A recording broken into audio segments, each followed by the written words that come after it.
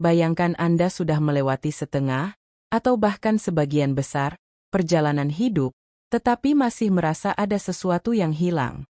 Bukan uang, bukan status, bukan juga pujian orang lain.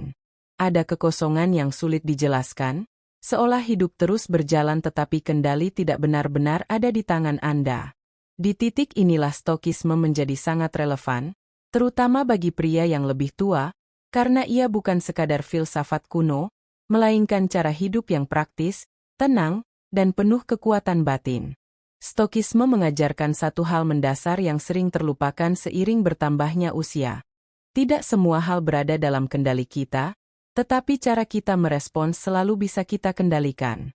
Bagi pria yang telah mengalami kegagalan, kehilangan, pengkhianatan, atau penyesalan, prinsip ini terasa seperti napas segar. Anda tidak perlu kembali ke masa lalu untuk memperbaiki kesalahan. Anda hanya perlu mengubah cara memandang masa kini. Saat emosi tidak lagi mengendalikan keputusan, hidup menjadi jauh lebih ringan. Seiring usia bertambah, tekanan sosial berubah bentuk. Saat muda, tekanan datang dari tuntutan untuk sukses. Saat lebih tua, tekanan datang dari rasa, seharusnya sudah jadi apa. Stokisme mematahkan jebakan ini dengan tegas.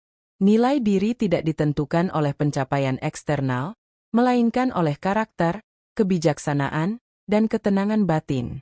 Ketika Anda berhenti mengukur diri dengan standar orang lain, Anda mulai merasakan kebebasan yang sesungguhnya. Pria yang lebih tua sering memikul beban tanggung jawab emosional yang besar, meski jarang dibicarakan. Kikwan. Pada anak, konflik dalam pernikahan, rasa tidak dihargai, atau kesepian yang diam-diam tumbuh. Stokisme tidak menyuruh Anda menekan emosi, tetapi mengajarkan untuk memahaminya tanpa dikuasai olehnya. Emosi diperlakukan sebagai sinyal, bukan penguasa. Dengan pendekatan ini, kemarahan berubah menjadi pemahaman, dan kesedihan menjadi kebijaksanaan. Salah satu kekuatan stokisme adalah fokus pada kebajikan, kebijaksanaan, keberanian, keadilan, dan pengendalian diri. Ini bukan konsep abstrak. Kebijaksanaan berarti memilih reaksi yang paling rasional. Keberanian berarti menghadapi kenyataan, bukan lari darinya. Keadilan berarti bersikap lurus, bahkan ketika tidak ada yang melihat. Pengendalian diri berarti tidak membiarkan dorongan sesaat merusak martabat diri. Bagi pria yang lebih tua, kebajikan ini menjadi fondasi harga diri yang tidak bisa digoyahkan oleh usia atau keadaan. Stokisme juga sangat realistis tentang penderitaan. Ia tidak menjanjikan hidup tanpa masalah. Justru sebaliknya, ia mengajarkan bahwa penderitaan adalah bagian tak terpisahkan dari kehidupan. Namun, penderitaan tidak harus menghancurkan. Ketika Anda berhenti melawan hal-hal yang tak bisa diubah dan mulai memaksimalkan apa yang bisa dikendalikan, penderitaan kehilangan taringnya. Anda tidak lagi menjadi korban keadaan, melainkan pengelola respons. Dalam hubungan sosial, stokisme memberi jarak sehat antara Anda dan opini orang lain. Bagi banyak pria yang lebih tua, luka terdalam datang dari rasa tidak dihormati atau diabaikan. Stokisme mengingatkan bahwa pendapat orang lain berada di luar kendali Anda. Yang berada dalam kendali adalah integritas dan tindakan Anda. Saat Anda berhenti mencari validasi eksternal, rasa hormat justru sering datang dengan sendirinya. Ada pula aspek waktu yang sangat ditekankan. Stokisme mengajarkan kesadaran akan kefanaan. Ini bukan untuk menakut-nakuti, tetapi untuk mempertajam fokus. Setiap hari menjadi berharga. Setiap keputusan menjadi bermakna.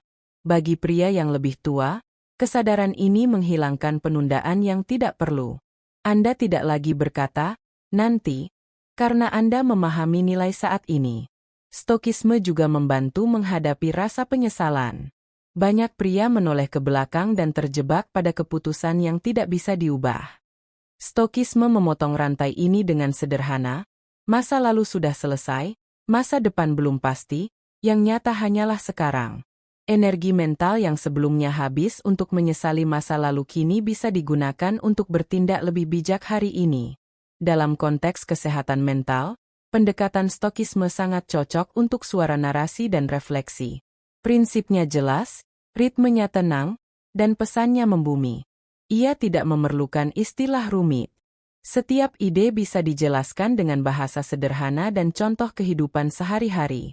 Inilah sebabnya Stokisme tetap relevan ribuan tahun kemudian, dan justru terasa semakin kuat ketika usia bertambah. Namun ada satu pertanyaan yang jarang diajukan dengan jujur, dan ini penting untuk Anda renungkan. Jika semua hal eksternal, uang, status, pujian, diambil dari Anda hari ini, apakah Anda masih memiliki ketenangan dan harga diri yang tidak bisa diruntuhkan? Pertanyaan ini bukan untuk dijawab cepat-cepat.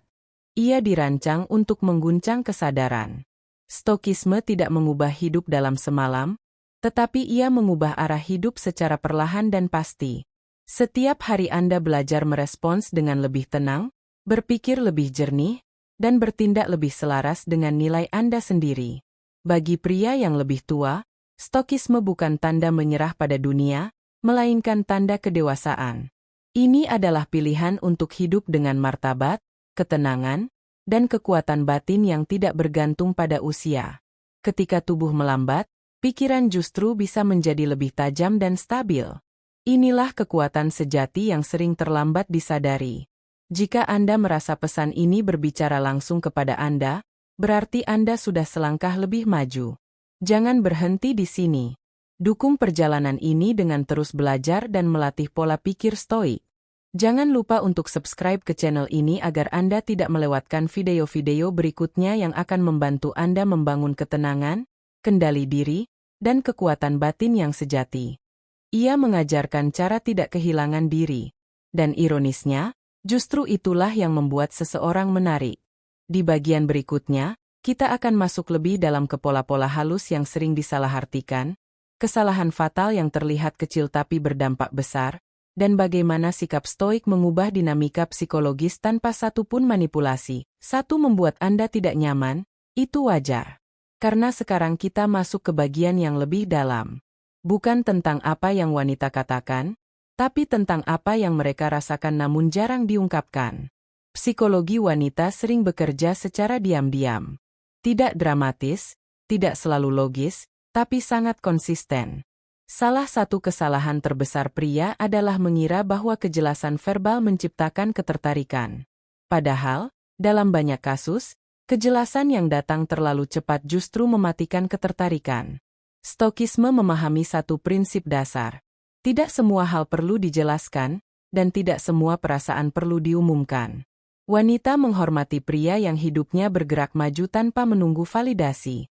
Bukan pria yang dingin, tapi pria yang tidak menggantungkan arah hidupnya pada respon emosional orang lain. Ketika seorang pria tetap fokus pada tujuannya, tetap konsisten dengan rutinitasnya, dan tidak mengubah arah hanya karena satu sinyal emosional, ia menciptakan posisi psikologis yang kuat. Banyak pria berpikir bahwa jika mereka lebih tersedia, lebih cepat hadir, dan lebih mudah diakses, mereka akan terlihat lebih berharga. Kenyataannya justru sebaliknya. Nilai psikologis seringkali muncul dari batas, bukan dari ketersediaan tanpa henti.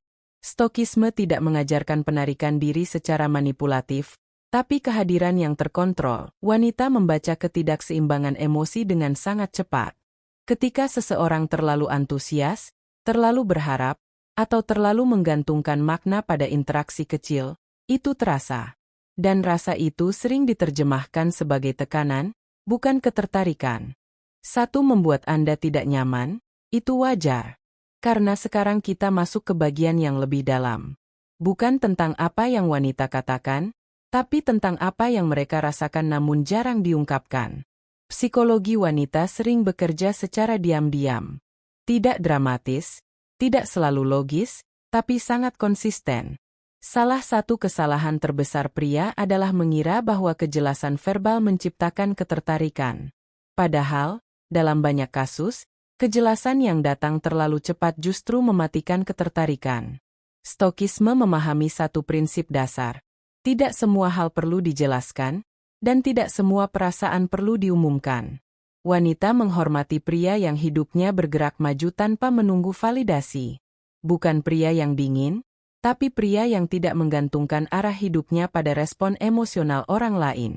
Ketika seorang pria tetap fokus pada tujuannya, tetap konsisten dengan rutinitasnya, dan tidak mengubah arah hanya karena satu sinyal emosional, ia menciptakan posisi psikologis yang kuat. Banyak pria berpikir bahwa jika mereka lebih tersedia, lebih cepat hadir, dan lebih mudah diakses, mereka akan terlihat lebih berharga. Kenyataannya justru sebaliknya. Nilai psikologis seringkali muncul dari batas, bukan dari ketersediaan tanpa henti. Stokisme tidak mengajarkan penarikan diri secara manipulatif, tapi kehadiran yang terkontrol. Wanita membaca ketidakseimbangan emosi dengan sangat cepat. Ketika seseorang terlalu antusias, terlalu berharap, atau terlalu menggantungkan makna pada interaksi kecil, itu terasa. Dan rasa itu sering diterjemahkan sebagai tekanan, bukan ketertarikan. Seorang pria stoik tidak menghindari emosi, tapi tidak diperbudak olehnya. Ia bisa peduli tanpa kehilangan pusat kendali. Ia bisa tertarik tanpa kehilangan arah. Dan keseimbangan inilah yang menciptakan rasa hormat. Psikologi wanita tidak merespons kebutuhan, tapi ketenangan. Ketika seseorang membutuhkan balasan cepat untuk merasa tenang, itu adalah tanda bahwa stabilitas emosinya rapuh.